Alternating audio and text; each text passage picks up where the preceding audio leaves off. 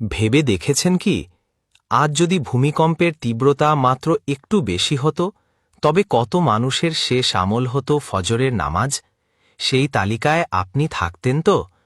যদি উত্তর না হয়, তাহলে জেনে রাখুন, আল্লাহ এখনও আপনাকে সময় দিচ্ছেন, ফিরে আসার, শুধরে নেওয়ার, নিজেকে বদলে ফেলার সুযোগ দিচ্ছেন।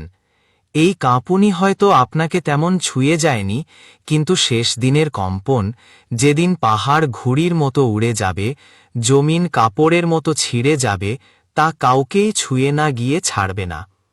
তোমরা কি নিশ্চিত হয়ে গেছ যে যিনি আসমানে রয়েছেন, তিনি তোমাদেরকে সহ এ জমিনকে ধসিয়ে দেবেন না, অতঃপর আকস্মিকভাবে তা থরথর করে কাঁপতে থাকবে?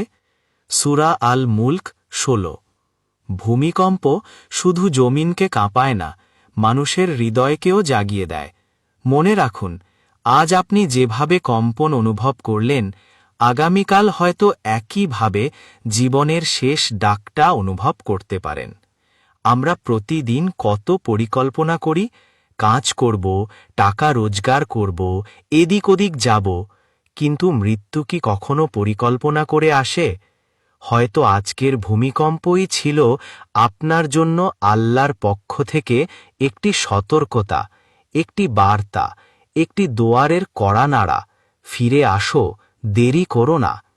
আজ বেঁচে গেছি, এটা আল্লাহর রহমত, কিন্তু প্রতিবার কি এভাবে বাঁচব? কে জানে কোনটা হবে আমাদের শেষ মুহূর্ত? তাই আসুন, যতক্ষণ প্রাণ আছে, যতক্ষণ দরজাটা খোলা আছে, আল্লাহর দিকে ফিরে যাই, নামাজকে আঁকড়ে ধরি, গুনাহ থেকে ফিরে আসি, নিজেকে নতুনভাবে শুরু করি।